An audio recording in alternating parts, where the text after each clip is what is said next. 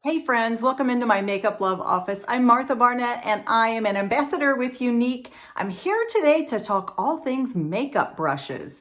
Now, when I first got started into makeup, I was really confused about brushes and I didn't have a lot of money to spend on brushes.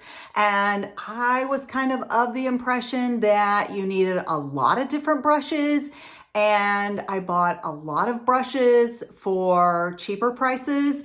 And I've found out since then that it's better to have fewer brushes and buy better quality.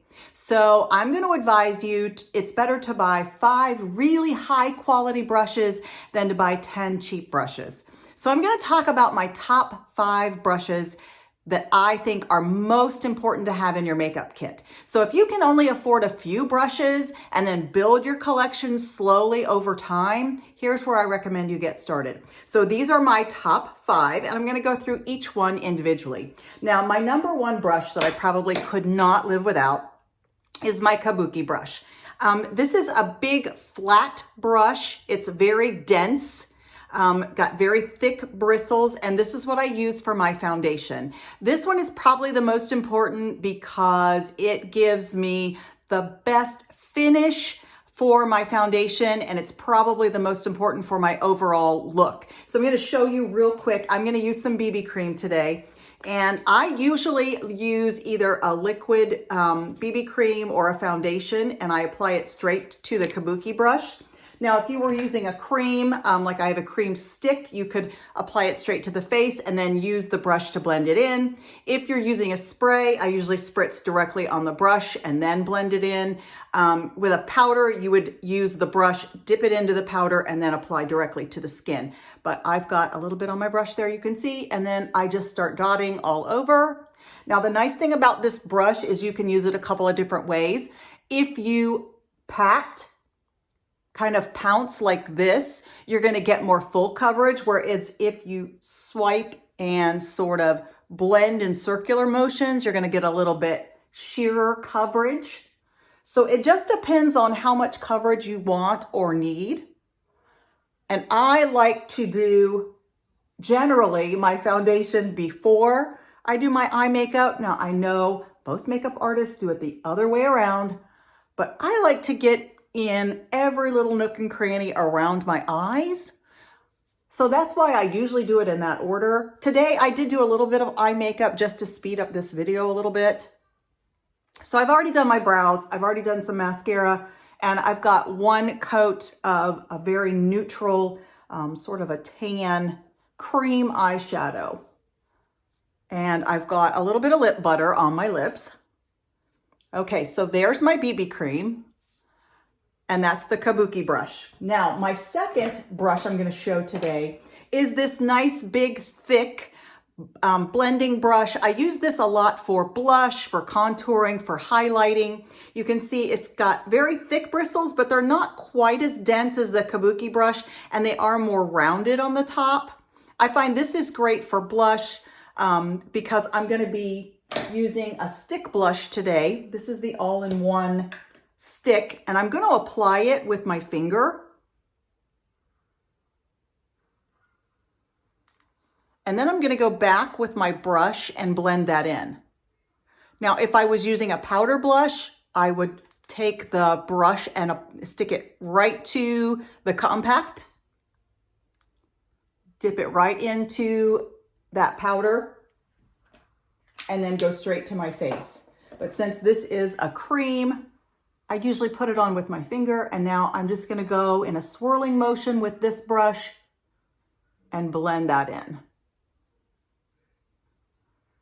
And I feel like this gives me the most control over where that color goes and blending out the lines kind of on the edges of that, so I get a smoother appearance, so I don't have any harsh lines. So this is another great brush to own. And like I say, I spend a little bit more on these brushes because I want them to last a really good long time, and I want them to give me the best performance. Now, a couple of things to look for. Make sure you buy one with a really good handle. I prefer the wood handles. You can see this one I've had for a really long time. The wood's starting to kind of peel a little bit. but you want a really good solid handle, and pay attention to the metal clasp here in the middle. You want to make sure that it's got a good crimp on the bristles. You don't want bristles that are going to come out. I've got some cheaper brushes here where you find the bristles coming out all the time. You don't want that to happen. You want it to be a nice, good, solid crimp right here. And you want a good solid attachment to the handle because you don't want that coming loose. I've got some where this is coming loose and you can feel it. So you want to make sure you've got a good solid metal piece in between the handle and the bristles of the brush.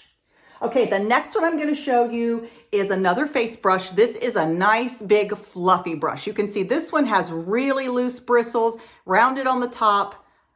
It's a nice big fluffy brush, and I use this one for loose powder. So I'm going to use a setting powder here, and I like to use this one for just an all over. I'm going to put it straight into the powder, and then I'm just going to use this all over.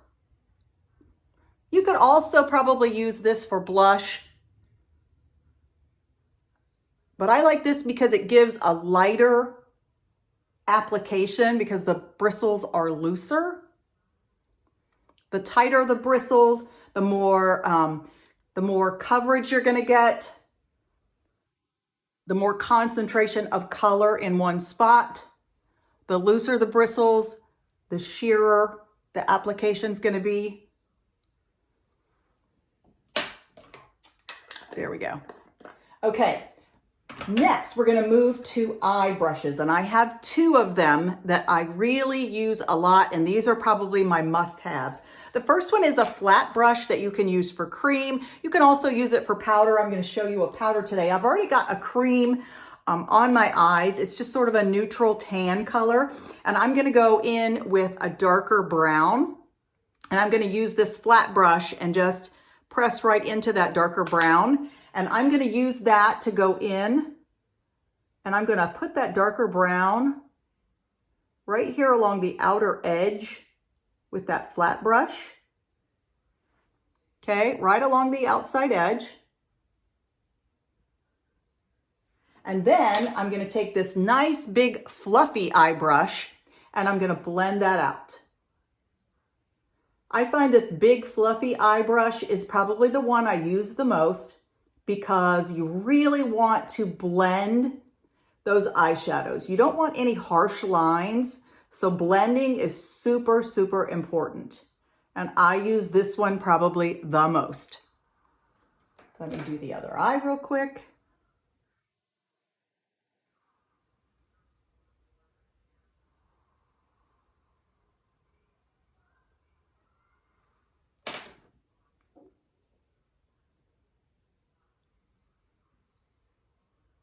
Blend, blend, blend. You don't want any harsh lines. You don't want to see where one color starts and the next color begins. No starting and stopping, just a smooth transition of color. There we go. That looks pretty nice. Now, I also use this flat brush. I'll go back and I will use the very tip of it in the dark brown, and then I'll use my fingertips and kind of squeeze, and I'll go and line underneath my lower lashes just a bit with that chocolate color as well, and sort of use it as a liner. There we go. Now you can buy a skinny eyeliner brush, but until you build up your collection, this will work just fine.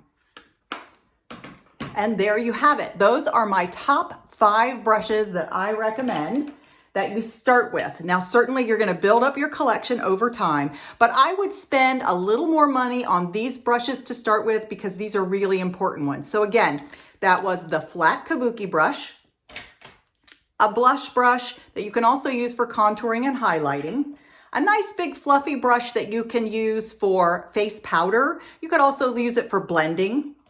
And then 2 eye brushes, a nice flat brush that you can use for a lot of purposes, for eyeshadows, for cream shadows, for applying the liners and different colors, and then a nice big fluffy brush, again, for blending. So if you have any questions, please pop them in the comments or feel free to message me. I would love to talk to you about brushes. Thanks again for joining me. I appreciate you being here. If you enjoyed this tutorial, please like, subscribe, follow, give me some hearts and love. It helps me and it helps you with the algorithms on YouTube. Thanks again. I'll see you next time. Bye-bye.